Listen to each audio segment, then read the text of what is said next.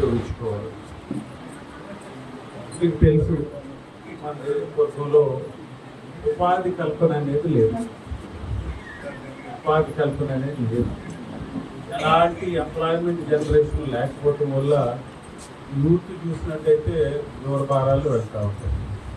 హైదరాబాదు, చెన్నై ఇలాగా దూరాలకి వెళ్ళి ఉద్యోగాలు చేసుకుంటున్న పరిస్థితి. మహిళలు చూసినట్టయితే చాలామంది ఉపాధి హామీకి వెళ్ళే వాళ్ళు వెళ్తుంటారు.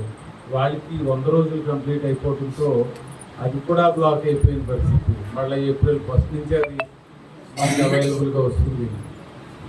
సో అదొక ఉపాధి కల్పన. అంటే ఈ ఎస్సీ ఎస్టీ మనకు ముందు ముఖ్యంగా ఎస్సీ మహిళలు వారికి ఉండే ఎంప్లాయ్మెంట్ ఆపర్చునిటీస్ ఒకటే ఉపాధి హామీ. 2